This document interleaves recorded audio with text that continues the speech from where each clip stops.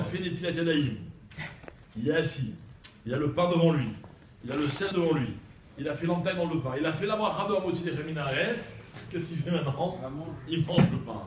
D'accord? Attention de ne pas faire de Hefsek entre la bracha de Hamotzi Lechem Minaretz et le moment où on mange le pain. Et s'il a fait un Hefsek, Ma'adim. Alors s'il a fait un Hefsek, c'est quoi un Hefsek? Il parle d'autre chose. Ouais, il s'interrompt. S'il a demandé du sel, par exemple. Voilà. S'il a demandé quelque chose qui est Nogia Mamash, c'est-à-dire qui concerne directement le fait de manger, d'accord? Alors là, ça ne s'appelle pas un Hefsek, enfin, c'est un Hefsek, mais on ne recommence pas la bracha. C'est dans le contexte. D'accord? Mais si c'est hors contexte, alors c'est un problème. Normalement, il doit refaire la bracha. D'accord? Donc on voit que quoi? On ne doit pas faire de Hefsek, d'interruption, entre le moment de la bracha et le moment où on consomme. Comme d'ailleurs entre une bracha et une mitzvah. Voilà pourquoi le Rav écrit que c'est pas bien si quelqu'un il a l'habitude de couper le pain pour tous les invités et après il distribue. Il ne faut pas faire comme ça. D'accord? Il faut d'abord manger soi-même.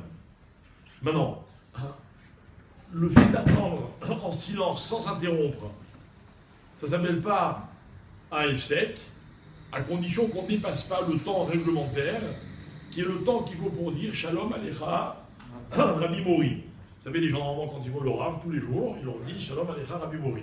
D'accord? Ça, plus que cette phrase-là, ça s'appelle Hefsek. Ok? Chanter par exemple. Non, mais là, on a parlé après la bracha d'Hamotzi. Avant la bracha d'Hamotzi, on a déjà étudié ce qu'on a le droit de chanter et ce qu'on n'a pas le droit de chanter. D'accord? Maintenant. Il y a une des deux qui est les Vatala, non? Laquelle des deux, les Vatala? Ici, on fait 2 fois la même chose. Évidemment qu'il y a des Vatala. Il n'aurait pas dû s'interrompre. Avant qu'il s'est interrompu, il s'est interrompu.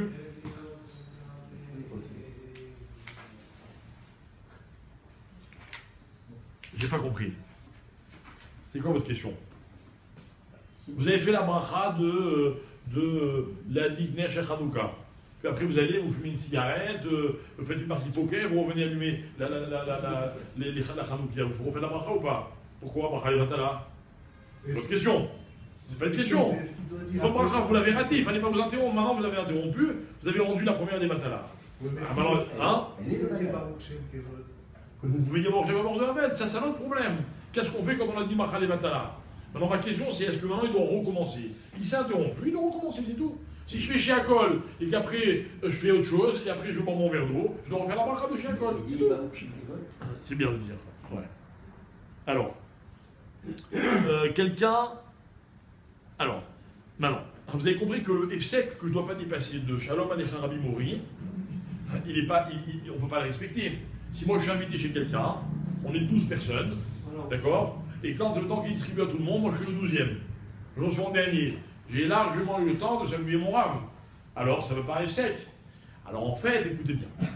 À partir du moment où quelqu'un a fait la bracha et quelqu'un a mangé, l'attente des autres n'est plus un Hefsek. Alors voilà pourquoi. C'est bien. On est à table, on est plusieurs.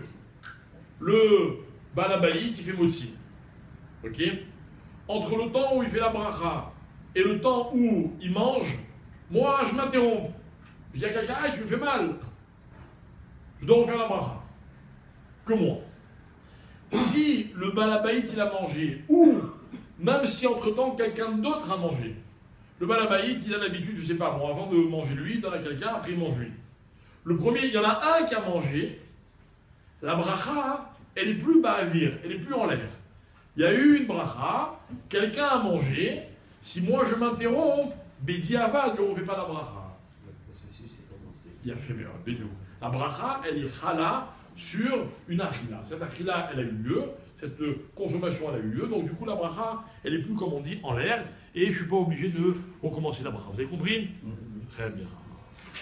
Mais c'est pas celui qui a fait la bracha qui doit manger obligatoirement? L'avdafka. En premier. L'avdafka. Parce que quand il a fait la bracha, il avait l'intention de rendre quitte les autres aussi. Ah oui, donc dès qu'il y en a un qui a mangé, la bracha, elle a une consistance. Et pour le kiddush aussi, celui qui a un petit peu de vin, il peut boire avant le premier qui a fait le kiddush? Non, je ne sais pas ça. A priori, c'est la même chose. Si avait on a l'intention d'être quitte de sa bracha, a priori, c'est la même chose. Bonne question. Ok. Alors maintenant, dernier point pour ce matin. Je fais la bracha, je mange. À partir de quel moment je peux parler?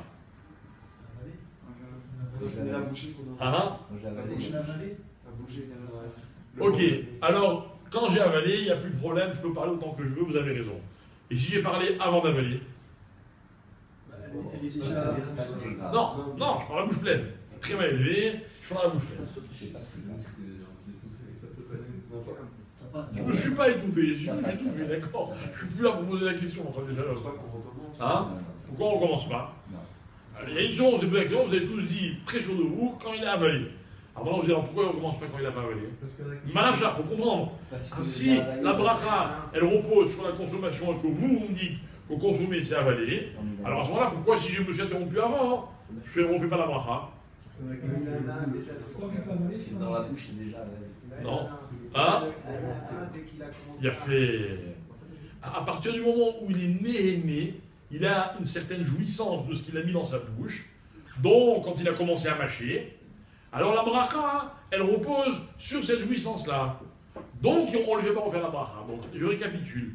A priori, il ne faut pas parler tant qu'on n'a pas avalé. Mais si j'ai mis en bouche et que j'ai commencé à mâcher et que je me suis interrompu, je ne recommence pas la bracha parce que j'ai commencé à profiter, à tirer une jouissance de ce pain. Est-ce que c'est l'heure du jour, la distribution du pain, ou c'est demain? Nous avons dit, on parlait de ce qu'on a dit tout à l'heure. La distribution du pain qu'on va donner au MOC, aux invités. C'est quoi la question? C'est-à-dire À qui on donne? Quel ordre? Il y a des gens qui jettent. Ah. Moi, je paye une petite assiette. Ah d'accord, on va voir, on verra plus. C'est pas pour aujourd'hui. C'est pas l'ordre du jour. Voilà, c'est pas l'ordre du jour. Mais ça reviendra très vite. Si je veux. 16h25 avec l'accord de Mordechai.